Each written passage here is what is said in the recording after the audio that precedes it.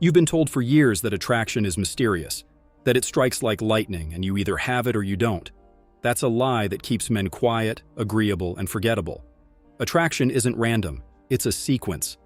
And the very first signals you send, the first 12 to 20 words out of your mouth, flip switches in her nervous system that decide whether she puts you in the man to explore box or the nice guy I can ignore drawer. You don't need cheesy lines, fake stories, or a persona that isn't yours. You need language that transmits three things instantly: calm self-approval, selective interest, and leadership. When your words carry those three qualities, you stop sounding like a man applying for approval and start sounding like a man offering an experience.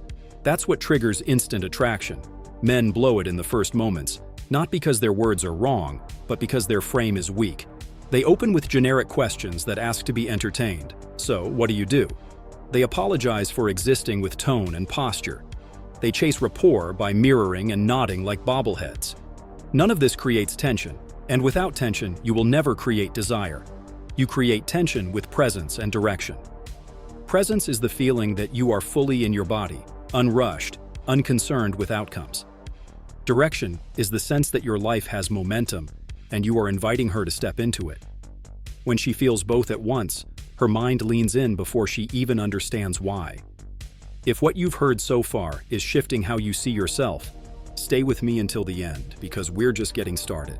Start with a frame before facts. Facts are ordinary: name, job, hometown. Frames decide how those facts land.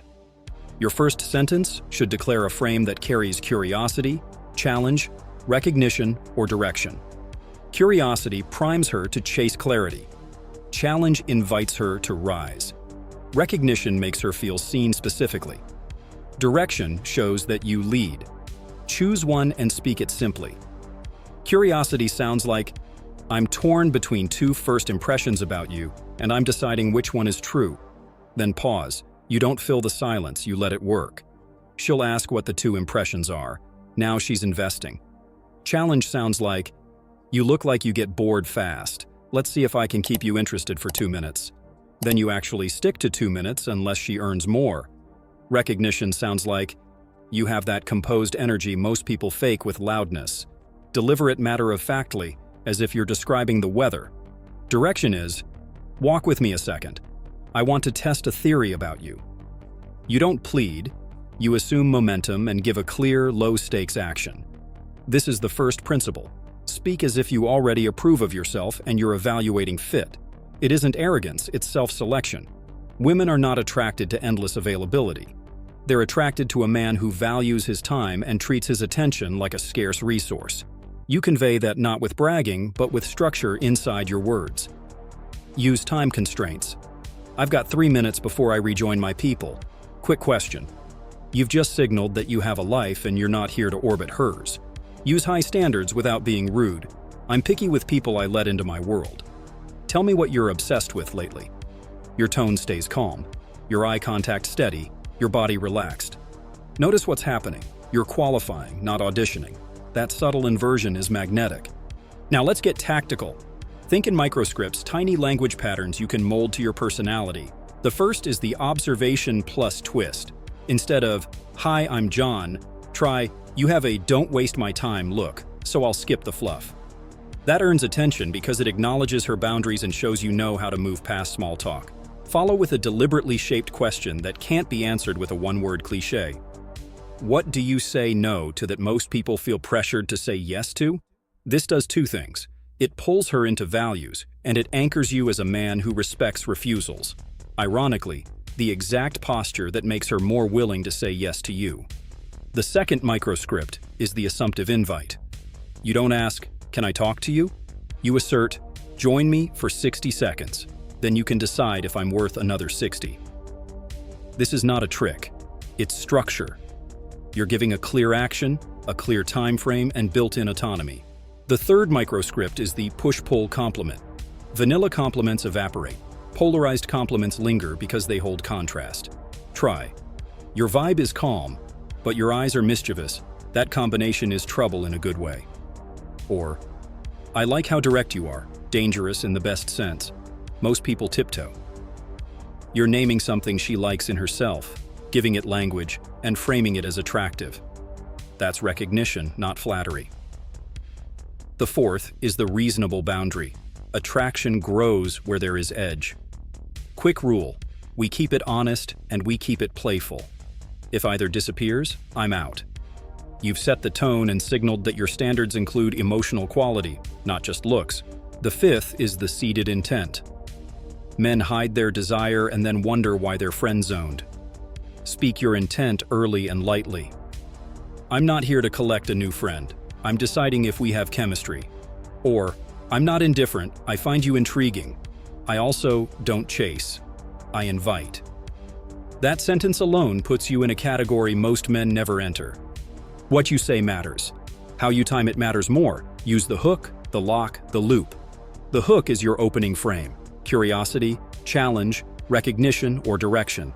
The lock is a small shared moment that compresses the space between you, usually created with a confident short pause after a bold statement. Example: you'd be dangerous if you ever got truly focused. Hold eye contact. Let her react. Then a hint of a smile. See? That "see" is the lock. It's a soft command that makes the moment a tiny private experience. The loop is where you plant a curiosity that pulls her forward. I've got a theory about your taste in adventures, but I'll save it for when you've earned it. Now she's in a loop. Later, when you progress the conversation or exchange numbers, you close the loop in your message. Adventure theory unlocked. You prefer intense, short bursts over long, slow burns. True or false? Your voice is a tool. Don't rush your words. Men who speak at a measured pace radiate self-trust. Use short sentences to lead and longer sentences to explore. When you want compliance, walk with me. Hold that thought. Pause. Use brief, downward-toned commands as if you're calmly calling a play. When you want to open her up, expand. Tell me about the last time you surprised yourself. Notice the verb, tell. Not ask weakly for permission to exist. If this is hitting something inside you, drop your thoughts below. I read every single one. Let's apply this to different contexts so you're equipped anywhere. In a cafe, she's reading, headphones in, the universal armor of a woman who doesn't want to be trapped. You respect that, but you also lead. You step into her space slowly, not from behind, and you signal with a simple palm-up gesture and a relaxed smile that you have something brief. Your line: 2 minutes, then I vanish. I'm curious if you prefer silence because your thoughts are loud or because most people speak just to fill the air. That line is not poetry. It's structure, time limit, curiosity, respect for solitude. If she removes a headphone, you continue. I like people who enjoy their own company. It means what we could build would be a choice, not a crutch. Now you're in a values conversation without ever asking what she does for a living. At a social event where status games are loud, you cut through by refusing to compete for attention. You choose a slightly off-center position, and when you approach, you don't insert yourself into a frantic conversation. You intercept a moment of transition, the way she looks at her glass, the beat between laugh and breath. You say, "You look like someone who'd rather talk about real things than recycle highlights. I've got 3 minutes before I disappear. Tell me one conviction you've earned the hard way." That's a man speaking as a peer, not a performer. If she tests you, she will. You don't explain yourself defensively. She says, "That's deep." You respond, "Not deep, efficient." Small talk is a slow way to never meet. You've reframed the pace and the purpose without being heavy. On the street in daylight, you keep it simple and clean, because the environment can make women cautious. You anchor safety with clarity. I'm headed that way, and I'm not going to slow you down. I had to say this, or I'd regret it for an hour. You carry yourself with purpose. It's attractive. If she stops, you add, "I like purposeful women." Quick challenge: convince me you're as disciplined on your worst day as on your best. The beauty of a line like this is the calibration switch. If she's in a hurry or not interested, she'll say so, and you release with grace. Fair. Keep moving. You made my day sharper. Respect amplifies attraction later. Your calm exit plants memory. In a gym, you never interrupt sets or linger near machines like a shadow. You catch her at water or near the exit. Quick 30-second curiosity. You train like someone who leverages stress, not runs from it. What did you leave behind to earn that? That sentence turns an observation into identity and then into story. If she smiles and engages, you seed intent lightly. I like women who respect their edge. After you finish, I'll be over there. Join me for 2 minutes if you want an intro that isn't about macros. You've just led, set time, and given her choice. At work, functions, or any environment with potential social risk, you signal discretion. I keep things clean where I eat, so I'll be quick. You have a quiet sharpness I respect. I'm curious if you prefer to lead from the front or from the shadows. Then you switch contexts to protect both of you. If this conversation deserves a real version, we move it off campus. If not, we keep it as a respectful hello. That's a man who understands consequence. Paradoxically, that makes him safer to explore. Let's drill deeper into qualifying, because it is the invisible spine of attraction. Most men think qualifying is interrogating. It's not. It's revealing your standards through your curiosity and inviting her to step into them. Try. What trait do you protect in yourself even when it costs you? Or, what do you do that most men would try to change? And why should I never touch that? Language like this communicates that you value a woman's individuality, not conformity. Another qualifier is future-aligned. I guard my mornings like a dragon. If we ever spend time, what part of your day is sacred so I don't mess with it? You've done 3 things with that sentence: hinted at a future, set a standard, and invited her boundaries. Boundaries create erotic polarity because they define shape. Shape creates tension. Tension drives attraction. Intent matters, but restraint magnifies it. Speak your attraction, and then go back to discovery. I'm drawn to your composure, don't get cocky. Composure without depth is boring. Smile. You've pushed and pulled, creating play. Or say, I like the way you look at people before you answer. That earns my attention. See the difference between that and you're so beautiful? One is selection, the other is worship. Never worship. Appreciate. Appreciation is adult. Worship is adolescent. There's a mistake men make after the first spark. They fill the space with talk to avoid losing momentum. Silence is not loss. It's texture. After a strong line, let the air breathe for 2 beats. Hold eye contact. Then add a small directive. That's better. You're teaching her how your pace feels. If she interrupts or teases, don't justify. She says, "You're intense." You reply, "I'm specific." She says, "Who talks like that?" You say, "Men who mean it." Do you hear the spine in those replies? Short, grounded, promise without pleading. Now the transition from conversation to logistics. This is where most men get timid. They ask for numbers like permission slips. You don't ask, you propose a plan with context and a time boundary. I like your energy.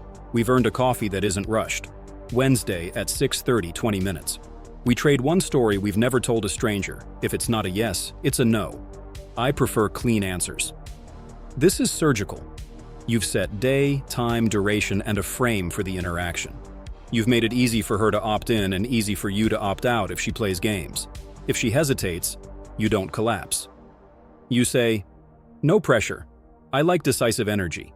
If this is a maybe, call it a no for now." Scarcity without theatrics. Often, her respect spikes because you refuse to beg. If you exchange numbers, close with a loop. Save me as eyes that see. I'll explain later. Or, text me your 3-sentence conviction. No emojis. I'm serious about this part. These are not gimmicks. They're structure that protects polarity after the initial heat. Your first text should reference the frame you built in person, not repeat boring pleasantries. Quick check. Are you better at disciplined routines or spontaneous challenges? You can only pick one. Or, adventure theory test begins. Choose sun before 10 a.m. or moon after 10 p.m. When her phone lights up with language that crackles, your thread doesn't drown in the sea of bland. Let's talk about tests, because a woman will test a man she's considering. She isn't trying to break you, she's trying to feel you. The way you respond tells her whether your words are a costume or your character. She teases, "Do you talk like this to every girl?" You answer, "Only to the ones who can handle it." She says, "You're full of yourself." You respond, "I'm full of standards." She tries to stall. "Maybe." You say, "I don't date, maybe." It's yes or no. Calm. Not angry, not sarcastic. If she sets a boundary, you respect it immediately. Paradoxically, that's when she often relaxes and leans in more, because power with restraint is rare. Imagine the sensation you want her to have as she speaks with you. The sense of being invited upward into a clearer, more vibrant space. Your language leads her there by naming the quality you're both in. I like this pace. It feels clean. Hold that edge. We just hit something real. Stay here with me for a second. Those lines guide the moment as a conductor guides music. You're not trying to impress with content. You're shaping the container. That's why average words from a grounded man beat clever words from a nervous one. Now, a quick word on humor. You don't force jokes. You use play to disrupt patterns. Play reduces pressure while keeping polarity. Try a dry, confident tease that implies standards without insult. You're fun. You're also a flight risk. I'm monitoring. Or when she tries to be difficult, careful. You're auditioning for difficult but worth it. Smile with your eyes, not with need. If she pushes back, relax. It's a compliment disguised as logistics. The meta-commentary, narrating the frame itself, often produces the most electric laughs because it shows you see the game and you can enjoy it without cruelty. Let's refine your compliment game. Specificity is attractive. Generalities are desperate. Instead of, "You're gorgeous," say, "You have a settled posture that reads, I can handle it," and that's rare. Instead of, "You have beautiful eyes," say, "Your eyes scan before they land, you're processing." I like that. Compliments should reveal that you see beneath the obvious. If she's used to lazy praise, your precision will feel like a drink of cold water. But never overdo it. 1 or 2 surgical recognitions, then back to qualifiers and direction. Remember the rhythm. Appreciate, qualify, lead. You also need a protocol for when she's non-committal, flaky, or performative. The answer is not to attack or plead. It's to reduce investment while maintaining polarity. If she cancels last minute, you say, "No stress, I run tight, offer expires." If we try again, it's on you to propose plan and time. That sentence protects your self-respect and sends a clear signal. Your time has value. If she sends low-effort messages, you nudge once. Add substance, or we pause this. If the effort stays low, you let silence do the work. A man who doesn't fear silence communicates abundance without bragging. Let's tie this to your internal state, because words without the right state are empty. Speak from a place of embodied calm. One quick practice. Before you approach or reply, exhale a little longer than you inhale. Feel your feet. Roll your shoulders back slightly. Picture your attention as a warm beam you choose to direct. Now, from that grounded place, let your lines come out slower than your anxiety wants. A slightly slower cadence communicates that you have nothing to prove. It's crazy how often this alone flips her perception. You're no longer trying to hook her, you're evaluating whether to invite her. Here are high-impact prompts you can adapt on the fly, all designed to reveal depth, set standards, and spark polarity. What's a hill you'd die on that most people think is small? What's one rule you keep when nobody's watching? Which kind of pressure sharpens you, deadlines or expectations? What do you do with desire when it shows up on a bad day? Who taught you the most about restraint? And here are surgical directives that guide the moment. Pause. Say that again slower. Hold eye contact while you answer. Switch places with me. Walk with me to the end of the block. If you're bored, you can escape. Each one leads without bullying. Each one gives structure and choice. That's irresistible. Your invitations should assume yes while respecting no. Thursday, 7:10, tea, not coffee. 25 minutes. You bring the most controversial belief you hold. I'll bring restraint. If she says she's busy, you don't ask for alternative dates like a travel agent. You say, "No problem. If this matters, you'll propose a time." Then you get on with your life. That nonchalance, when authentic, is dynamite. It communicates that your world is rich whether she joins it or not. Scarcity is not pretending to be busy. It's having purpose that fills you so completely that you can offer your presence cleanly. Some men will hear all this and think, "But I'm not naturally charismatic." Stop romanticizing the word. Charisma is the union of clarity and warmth. Clarity without warmth is cold. Warmth without clarity is clingy. Your words carry clarity when they're specific, time-bound, and directional. They carry warmth when they honor boundaries, show real curiosity, and name what you appreciate without gushing. Practice both. For a week, make every ask in your life specific: time, duration, outcome. For a week, compliment strangers on one specific behavior, not their looks. Your nervous system will rewire to speak like a leader and notice like a poet. That's the voice women crave. If what you've heard so far is sharpening your sense of yourself, stay with me until the end. The last piece is the reframe that will free you from memorizing lines ever again. Attraction is not about saying perfect words. It's about being a man whose words are precise reflections of his reality. When your lifestyle contains direction, your language can say, "Walk with me." When your boundaries are real, your language can say, "I don't do maybe." When your standards are lived, your language can say, "Earn it." This is why trying to sound confident without living confident never works. Your mouth betrays the mismatch. Fix the mismatch, and even simple sentences crackle.